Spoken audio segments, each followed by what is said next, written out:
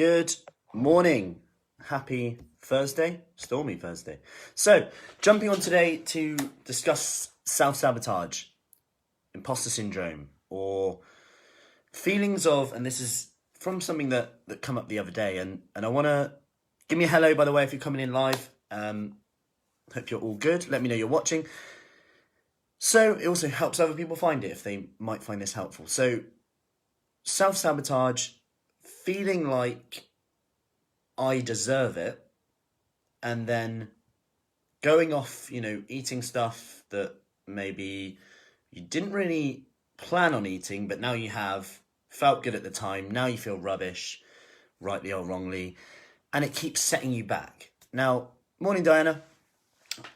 This is going to be quite short and straight to the point, which is rare for me, I hope. But it's an interesting one because on one hand, I deserve it. What do you deserve and what do you don't deserve? How do we define that? Now, on one hand, I deserve it. You've got a food manufacturing industry spending loads of money on marketing. If you look at like Coca-Cola, McDonald's, lots of fast food companies and crisps and stuff like that, a lot of their marketing, if you actually look at what they do, quite often the food is around family time, Christmas, the Coca-Cola lorry, Happy Meals. As a kid, I used to love that. Going to the cinema, getting a little toy from the cinema that was the same character from the film that you watched, like, I don't know, Woody from Toy Story. And then you'd fight because you wanted Buzz Lightyear, whatever. But all those things, it reminds you, and it's like comforting, okay? And all these foods have a lot of emotional attachment with them in terms of being treats. You deserve it after a long day. So you've got that element to it, which is quite an interesting one. Then you've got the fact that, you know what? If you've been restricting yourself a lot of the time,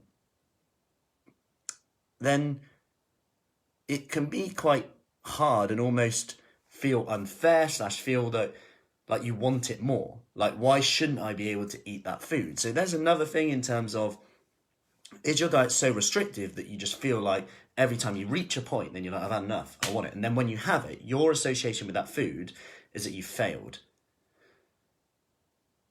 When actually, when you looked at the facts, I can guarantee that no matter what chocolate bar it is, you'll probably message me now with some horrendous chocolate bar.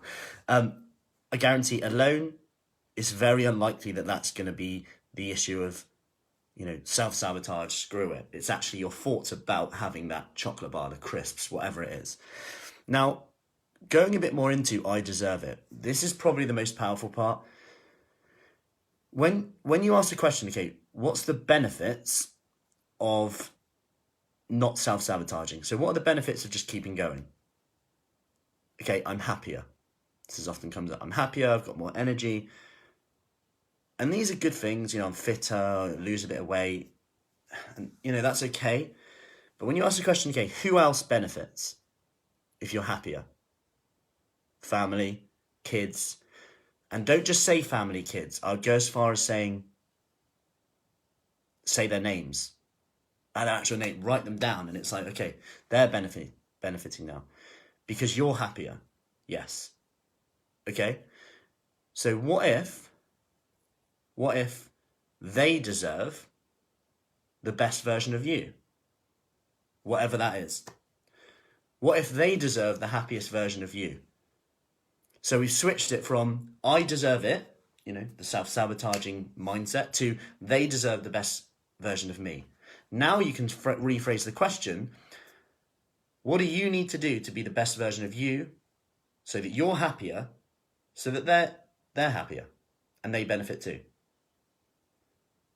Let me know what your one thing today is that helps you be the best version of you today, which then helps you be the best version for your family, loved ones, friends.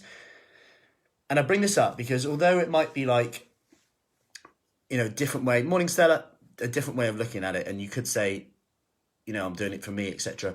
That's fine, and that's really good. But sometimes, whether this is embedded in us from a young age, it feels selfish to do something for you. And I get it too. Sometimes I'm like, do I do that? Do I not? Should I do this instead? But and this is hard. You've got to look after yourself. And when you keep asking the question, who else benefits? Who else benefits? So I hope that helps. Any questions, do let me know. And these are the type of questions that we're going to be going over next week which starts Monday, by the way, in our 5-day Kickstart. It's completely free. We've got 5 super short 10-minute workouts, knee friendly, no jumping up and down, all kind of adapted for you. So if you've got knee issues, hip issues, and the focus really is about your journey, you doing what you can do, right? It's not about, doing what someone else is doing. If you're progressing, you're progressing. Doesn't matter. That's the key thing to focus on. We're also going to be going over nutrition, because maybe, like I said, the I deserve it mindset comes from thinking you can't have it. So anyway, if you want more details on that, I'll put the link in the description. Any questions, let me know. Have a good day and speak soon.